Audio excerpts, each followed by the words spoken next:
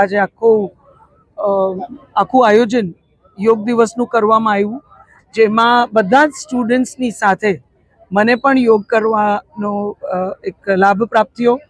સાથે સાથે યોગ કેટલું મહત્વનું છે અને યોગથી ક્યાં ક્યાં બેનિફિટ્સ છે એનું પણ એક સુંદર પ્રેઝન્ટેશન આપણે અહીંયા એક 100 ડેઝના એમના પ્રોગ્રામના માધ્યમથી પણ જોયું. માનનીય પ્રધાનમંત્રીશ્રીનું જે આખું વિઝન,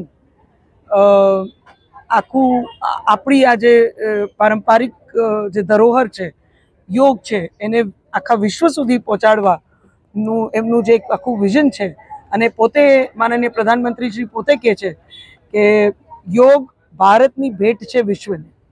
એટલે તંદુરસ્તી તરફ વસુદેવ કુટુંબકમની જે આપણી ભાવના છે એ ભાવનાને વધુ ઉજાગર કરતું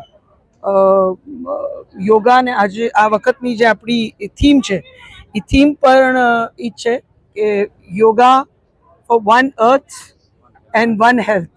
મતલબ યોગા એક પૃથ્વી માટે અને એક જ આરોગ્ય માટે, એટલે બધાના સારા સ્વાસ્થ્ય માટે. એટલે યોગ માત્ર એક વ્યાયામ નથી, શારીરિક તંદુરસ્તી માટે જ આપણે કરતા હોય એટલું જ નથી, પણ યોગ મેન્ટલી ફિઝિકલી એક બેલેન્સ યોગ પ્રેક્ટિશનર્સમાં લઈ આવે છે. અને યોગ પોતાની સાથે તો વ્યક્તિને જોડે છે, પણ એની સાથે સાથે સમગ્ર વિશ્વ સાથે એ વ્યક્તિને જોડવાનું કામ કરે છે.